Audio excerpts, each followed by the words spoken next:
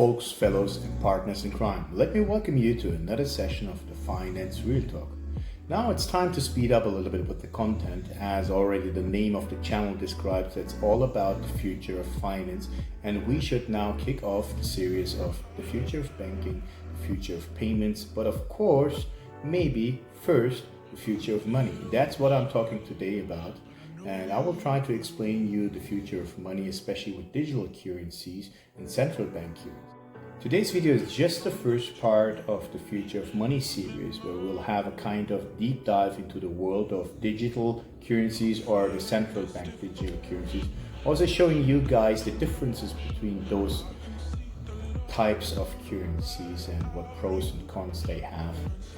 I guess it is pretty important for us to understand all the things. Also to follow the next V8 Power Talk, where I already invited someone from the dark side, a banker, who should explain to us how he thinks the future of money could look like. But before we kick off, I would like to thank everyone who already subscribed to the channel. And of course to those who really smashed the like button for the last videos. It is amazing to see how we grow with the channel, of course with some baby steps, but that gives us enough fuel to continue on our road. So enjoy today's video, and if you have any other suggestion, please leave that in the comment section below, and don't forget to subscribe and share, of course, the video if you like the content. Tell you about the future of money. Let's start with a story about this culture that lived in Micronesia in the early 1900s called the Yap. Now, I want to tell you about the Yap because their form of money is really interesting. They use these limestone discs called rye stones. Now, the Yap don't actually move these rye stones around or exchange them the way that we do with our coins, because rye stones can get to be pretty massive. The largest is about 4 tons and 12 feet across. So the Yap just kind of keep track of who owns what part of what stone.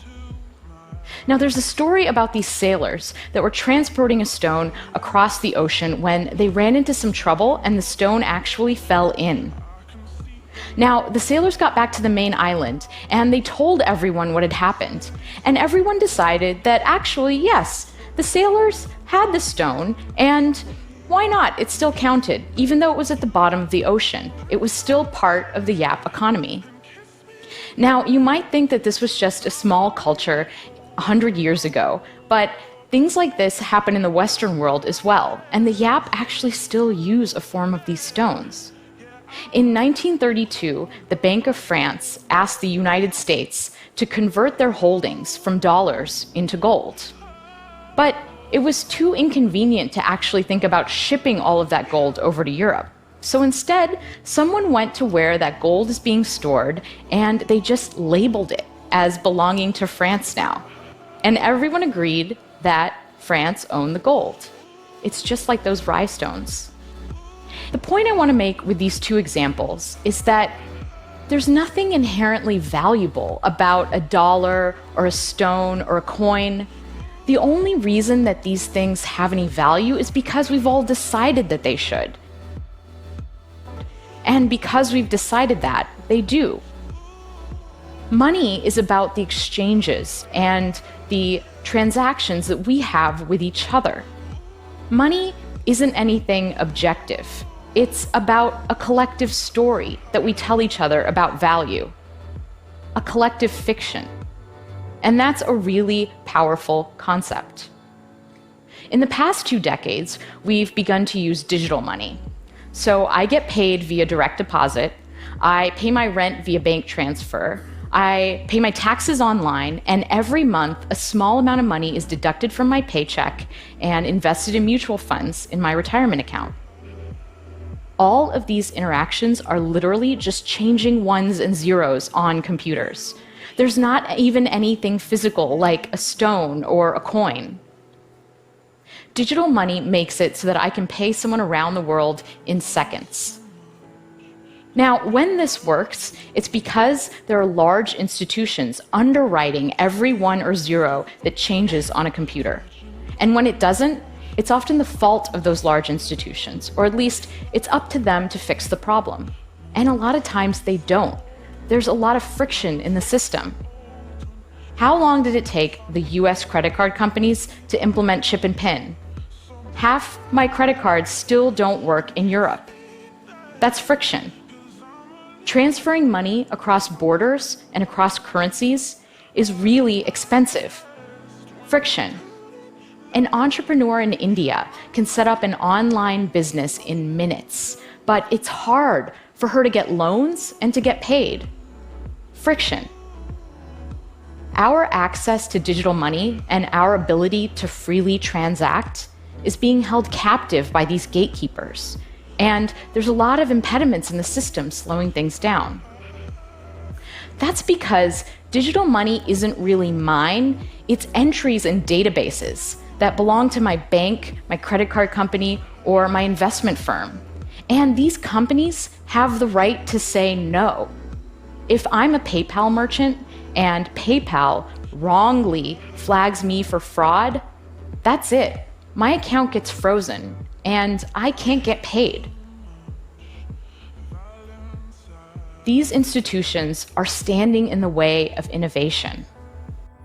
This was just a short taste about the value of our current currencies. Now it's time to dive into the digital currencies and what those are. Digital currency is a digital coin that you can send through the internet. This currency represents value that is not issued by a central bank or government, but is accepted by people as a means of payment for goods and services. Digital currencies have a number of advantages compared to other alternatives. Traditional banks charge fees to process monetary transactions. This increases the cost of everything you buy. They can even freeze your account and refuse to release your money if they choose to. But digital coins can be transferred or exchanged over the internet, from person to person, person to business to business, without going through a bank. This means lower fees, no account freezes, no arbitrary limits, and no restrictions on your account. Your digital coins can be stored in a digital wallet, cloud wallet, or cold storage, and can be traded on a digital currency exchange for other currencies, including the US dollar, the euro, and many others. What is mining? Digital currencies are generated all over the internet by anybody running an application called a digital currency miner. Mining requires a certain amount of work for each reward block of coins. This work is done by solving complex mathematical problems while simultaneously verifying transactions on the digital currency network. All this work is done by software running on specialized computer mining hardware. When two people exchange a digital coin over the internet, other people record and verify that transaction. When your mining hardware has computed and recorded transactions, and you are lucky enough to complete a block, you are rewarded for this work with new digital coins from the network. Why should you mine? Well, one reason is because digital currencies are still in their infancy. In fact, Bitcoin, the first digital currency, was just issued in 2009. Since that time, the value of Bitcoin has risen dramatically. As the difficulty of mining new Bitcoins increases, the value of the coins have also increased. Thousands of merchants, including Dell, Overstock.com, Tiger Direct, Newegg, and many more now accept Bitcoin as a direct method of payment for their goods and services. As more places accept digital currency, the value of that currency tends to increase. More and more people are mining digital currencies every day. Hope that gives you a little bit insight about the digital currency world. And now listen to what central bank digital currencies are, and we should sum up afterwards and find the pros and cons of each type and compare those to each other. Or CBDC. Think of a CBDC as a completely reimagined way for currency to operate on a fully digital infrastructure, where central banks issue money directly to individuals who use an e-wallet to control their funds. What is the need for a CBDC? Today's financial systems are complex, inefficient, and dated. While consumer finance applications simplify the user experience and simulate real-time payments, money transferred on these applications can take days to actually settle. That's because the underlying payment rails are a patchwork of legacy systems that have evolved over time, but have never been rebuilt for our modern digital economy. In addition to settlement delays, any third party between an individual and a central bank increases the cost of financial transactions. A revolutionary aspect of CBDCs is the use of smart contracts to instantly perform many of the functions that third parties currently do. Smart contracts are a new technology, blockchain-based programs that can control the movement and behavior of digital currencies. Central banks can leverage networks of smart contracts in their CBDC system to define and drive monetary policy. Adjustment of interest rates, control of money supply, or direct issuance of stimulus payments to individuals could all be facilitated using this technology. A reimagined retail bank would be a custodian of e-wallets and offer customer support, as well as new innovative products and services built on open-source infrastructure. Hope that you enjoyed the content and it was pretty useful for you and you learned something new like I did, especially about the digital currencies from the central banks. But don't think of central bank digital currencies like cryptocurrencies. There is a difference, because the central bank digital currency is a kind of digital form of the country's fiat currency that is also a claim on the central bank. Instead of printing money, the central bank will issue electronic coins or account backed by the full faith and credit of the government. So now I have a weird explanation about the difference of cryptos, digital currencies and central bank digital currencies, because the main difference there between e-money and the virtual currencies is that e-money does not change the value of the currency like euros or dollars, but the virtual currency is not equivalent to any fiat currency there. In other words, all digital currencies are electronic money, but e-money is not necessarily digital currency.